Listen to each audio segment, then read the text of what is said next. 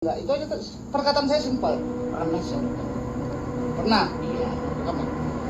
Cuma Tujuan sampean apa? Sampean sadar lah yang sampean akuin. saya salah. Ya sekarang salah, tapi Enggak, saya sekarang gini. Masalahnya gini, tindak lanjut sampean mengakui apa? Sampean tahu lah siapa yang sampean sakiti. kata Itu sih. ada yang sebenarnya membimbing sampean, yang pernah sampean enggak Saya enggak pernah. merasa Enggak merasa. pernah. Hah? Enggak apa sama saya. Saya enggak pernah. Demi Allah karena sudah mengangkat orang. Ini bohong. Enggak pernah. Membimbing sampean, yang pernah sampean enggak Saya enggak pernah. merasa Enggak merasa. pernah. Hah? Enggak apa sama saya. Saya enggak pernah. Demi Allah karena sudah mengangkat orang. Ini bohong. Enggak pernah. Kaum muslim muslimat, sadarlah kalian semua, kita bersama sebangsa dan setanah air. Kita ini adalah para pendereknya para wali yang ada di Indonesia. Satu kata kita harus selamatkan Indonesia. Satu kata kita harus selamatkan para ulama, para wali, baik situsnya, sejarahnya, data-datanya, nama baiknya, otoritasnya, ajarannya harus dipertahankan dan harus diselamatkan daripada campur tangan orang-orang yang tidak benar, oknum-oknum yang tidak benar. Siapapun orangnya, apakah itu merasa dirinya sebagai keturunannya Rasulullah ataupun bukan, tetapi kalau melakukan kejahatan seperti itu, maka kita harus lawan semua itu. Kalau tidak melawan, maka kita semua akan tenggelam. Kalau kita tidak hadapi, maka resiko kita akan tenggelam, kita akan terkubur. Kalau ada orang bergelar Habib, diparanin bapak-bapak, ditabokin.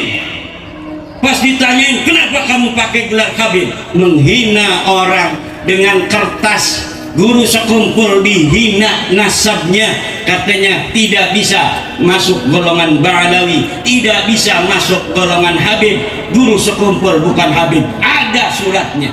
3 hari ini saya kurang sehat. Mestinya kemarin saya berangkat ke Jawa Tengah, namun hingga kini kesehatan saya belum memungkinkan untuk bepergian.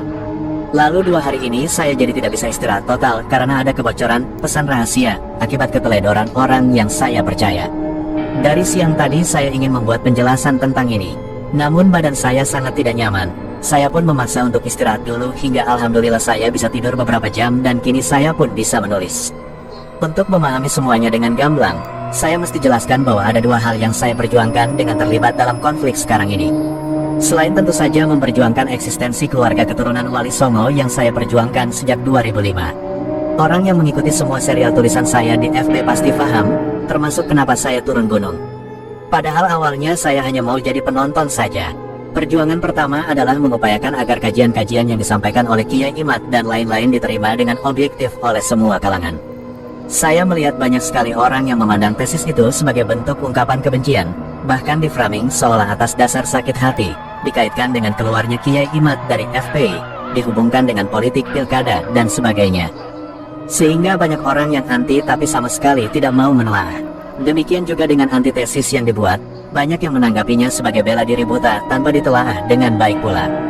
Padahal tesis dan antitesis itu sama-sama dibuat dengan melelahkan. Saya melihat itu dari seringnya ada yang mengajukan pertanyaan yang sudah dijelaskan. Kelihatan sekali kalau tidak fokus pada argumentasi orang, hanya fokus pada argumentasi sendiri. Lebih jelasnya begini, kalau kajian kritis itu adalah topik yang bagus, baik soal nasab, sejarah dan sebagainya, maka alangkah sayangnya kalau tidak disikapi dengan objektif oleh publik, gara-gara dianggap serangan kebencian. Awalnya saya senang sekali ketika Kiai Imad dan Habib Hanif Alatas saling bantah-bantahan dengan tulisan ilmiah. Apalagi ada nuansa canda, kue lebaran, yang dibalas dengan rengginang Banten, itu mengingatkan saya pada kegiatan latihan Batsul Masail. Suasana mulai tidak sehat setelah banyak netizen ikut berkomentar tanpa ilmu. Bahkan saya melihat adanya kejengkelan bahkan kebencian dari para netizen di masing-masing kubu. Kemudian, saya melihat sebagian kejengkelan itu berasal dari cerita masa lalu antara oknum Balawi dan keluarga Wali Songo. Dulu banyak Balawi yang sering mempersekusi keluarga Wali Songo.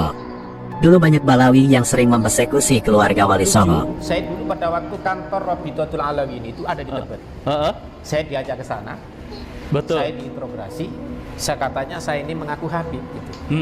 Padahal saya nggak pernah ngaku Habib. Boro-boro ngaku Habib. Gus saja saya nggak berani. Iya. Akhirnya di situ itu dikatakan bahwa saya dimintai silsilah, saya sebutkan semuanya. Kamu ini nggak Habib, saya lucu. Nah, siapa yang ngaku Habib? Katain bahwa Sunan Derajat itu Habib. Loh, ini siapa yang ngatain Habib? Sunan Ampel itu adalah Habib. Sunan Ampel itu menyerahkan katanya bahwa data-data anaknya ke Yaman. Loh, itu saya Ke Yaman itu ke Mungkin netizen yang ribut sekarang ini banyak yang tidak tahu bahwa dulu sampai ada seorang Tubagus yang dikeroyok sampai diinjak kepalanya, kemudian dipaksa tanda tangani perjanjian tidak menggunakan gelar Al-Husaini. Begitu melihat gejala tidak sehat itu, saya pun berpikir untuk mempertemukan Kiai Imad dengan Ketua RA. Saya pernah menemukan momen itu ketika Kiai Imad ada agenda di Pasuruan. Saya pikir tepat sekali mumpung semua di Pasuruan, karena rumah Ketua RA juga di Pasuruan. Saat itu Kiai Imad dan tim beliau sudah menyatakan siap. Namun banyak pihak yang membuat framing bahwa saya mau menjebak RA dan menjadi rumor tidak sehat, sehingga rencana itu pun saya batalkan. Saat itu saya menyiapkan skenario agar kedua belah pihak menunjukkan itikat baik pada umat, bahwa mereka sedang mencari kebenaran, dimulai dengan RA meminta maaf atas kesalahan di masa lalu, kemudian membuat kesepakatan untuk menyudahi diskusi atau melanjutkan dengan santun dan jantan. Sejak gagal itu saya tidak berhenti berpikir untuk mencari cara agar RA mau bertemu Kiai Imad dan kawan-kawan, karena saya melihat konflik ini tidak akan selesai sampai kedua belah pihak bertemu. Ketika keluarga Kesultanan Banten mengagendakan pertemuan akhir Agustus kemarin, saya sangat senang dan berharap kedua pembesar kubu benar-benar datang semua. Saya juga senang karena saya diundang hadir. Saya siap membantu moderator atau kalau perlu turun ke gelanggang. Namun kedua pembesar kubu tidak hadir sehingga saya pasang jarak. Apalagi ada yang menframing bahwa acara di Banten itu tidak steril. Saya khawatir dianggap bagian dari ketidaksterilan itu, karena sejak awal banyak pendukung masing-masing kubu yang mencurigai saya. Yang pro Kiai Imad menganggap saya lebih sayang Balawi. Yang pro Balawi menganggap saya lebih sayang Kiai Imad karena sesama keluarga Wali Songo. Saya lebih sayang Kiai Imad karena sesama keluarga Wali Songo. Ini mirip dengan romantisme dalam rumah tangga saya. Istri pertama bilang saya lebih sayang istri kedua. Istri kedua bilang saya lebih sayang pada istri pertama. Demi Allah, saya sayang kalian semua sebagai umat Rasulullah. Apalagi kalian yang masih keluarga dekat saya sesama keluarga Wali Songo. Kalian adalah saya adalah kalian. Kitalah yang belasan tahun ini dizalimi oleh banyak oknum Balawi. Kitalah yang belasan tahun ini dizalimi oleh banyak oknum Balawi. Kalau yang pro Balawi menganggap saya lebih sayang sesama keluarga Wali Songo itu wajar. Yang aneh adalah ketika saya dianggap lebih sayang Balawi karena istri pertama saya Balawi. Ini justru tidak masuk akal. Tidak mungkin seorang keras kepala seperti saya lebih membela leluhur istri daripada leluhur saya sendiri. Selain itu, hal ini juga bisa menyinggung perasaan istri kedua saya. Istri kedua saya adalah cicit Kiai Tubagus Falak bin Pangeran Abbas bin Sultan Muhammad Aluyuddin Banten. Pasti dia merasa tidak nyaman kalau mendengar orang bilang saya lebih sayang istri yang Balawi. Saya sudah sering bilang bahwa semua pendapat saya tidak didasari oleh emosional kekerabatan atau apapun, murni ilmu sesuai yang saya pahami. Satu hal lagi, banyak yang mengira saya masih ingin diakui sebagai Azmatkan Balawi, sehingga saya pun dianggap punya kepentingan untuk membela Balawi. Ketahuilah bahwa saya termasuk yang awal-awal melakukan tes DNA. Setelah melihat dalam darah saya tidak ada migrasi ke Yaman dan India, maka saya tidak lagi berani merasa berdarah Yaman. Saya tidak pernah membuka ini karena saya ingin di tengah-tengah. Kalau saya buka dari awal, maka saya akan dianggap tidak objektif terhadap Balawi. Sekali lagi, saya tidak lagi merasa Balawi. Di tengah saya terus mencari cara agar Ketua RA mau dipertemukan dengan Kiai Imad, muncullah sebuah tragedi mirip film India di rumah saya. Yaitu ketika seorang Habib yang katanya masih sepupu Ketua RA membuat keributan di rumah saya. Seorang Habib yang katanya masih sepupu Ketua RA membuat keributan di rumah saya. Katanya dia mau membakar dan mengebom rumah saya, bahkan berteriak Syarifah anjing didengar istri dan anak saya. Banyak teman yang mengungkapkan turut khawatir pada saya. Beberapa orang bahkan siap mengerahkan pasukan untuk meringkus Habib itu. Namun saya justru tersenyum. Karena saya justru merasa mendapat peluang untuk memaksa RA turun gunung. Saya mengancam akan mempolisikan Habib itu kalau RA tidak turun. Ketika saya sedang mencari info tentang Habib yang bikin keributan itu, yang ternyata bernama Habib Bidin, tiba-tiba Gus Ahmad Jauhari yang suaranya viral bersama suara saya menghubungi saya. Gus Ahmad bercerita kalau Habib Bidin habis marah-marah di depan beliau. Saya pun senang karena berarti beliau kenal Habib Bidin yang sedang saya cari itu. Saya pun mengatur cara untuk komunikasi dengan Ketua RA. Saya menghubungi teman di Polda Jawa Timur untuk mengirim somasi pada RA, bahwa RA harus datang menemui saya mengantar Habib Bidin. Kalau tidak maka saya akan perkarakan Habib Bidin dan saya akan undang reporter TV nasional untuk memberitakan kasus ini dengan penjelasan bahwa ini akibat keteledoran RA. Ketika itu saya yakin RA akan memenuhi tuntutan saya dan momen itu akan saya manfaatkan untuk hal yang jauh lebih penting dari sekedar urusan dengan Habib Bidin, yaitu mempertemukan RA dengan Kiai Imad. Kalau RA sudah menyatakan setuju untuk datang ke rumah saya, maka saya akan atur dengan beberapa pihak agar mereka datang juga bersama pihak kepolisian. Setelah cerita Habib Bidin viral di YouTube, Habib Bidin ketakutan mendengar gertakan saya sehingga beliau bolak-balik ke rumah Gus Ahmad. Bahkan Habib Bidin pernah membawa istrinya ke rumah Gus Ahmad. Mungkin agar istrinya itu nanti yang meminta maaf ke istri saya langsung. Namun saat itu saya belum pulang dan jadwal pulang saya memang diundur. Di hari-hari itulah Gus Ahmad sering didatangi Habaib. Katanya Habaib menyalahkan saya, termasuk ketika saya mengharuskan Ketua RA turun tangan dalam kasus Habib Bidin. Saya pun merasa Habaib yang mendatangi Gus Ahmad itu tidak tahu cerita sebenarnya antara saya dengan RA di masa lalu. Maka dengan nada menahan jengkel saya pun mengirim pesan suara ke Gus Ahmad agar pesan suara itu diputar langsung di hadapan Habaib Pasuruan, bukan di-share, agar mereka sampaikan pada Ketua RA. Saat itu saya menekan RA dengan kasus Habib Bidin. Saya khawatir RA semakin enggan kalau nanti saya pertemukan dengan kelompok Kiai Imad juga. Makanya saya berusaha meyakinkan RA bahwa saya bukan di pihak Kiai Imad. Bahkan saya berkata seolah saya bisa mempengaruhi Kiai Imad. Bahkan saya sebut nama Kiai Imad tanpa Kiai agar RA tidak menganggap saya takut pada Kiai Imad. Ini hanya cara saya meyakinkan RA agar tidak enggan untuk turun ke gelanggang. Namun rupanya Gus Ahmad yang tidak tahan.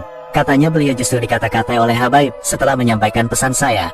Beliau pun jengkel pada Habaib, kemudian membiarkan keponakannya mengedit voice note itu dan menyebarkannya.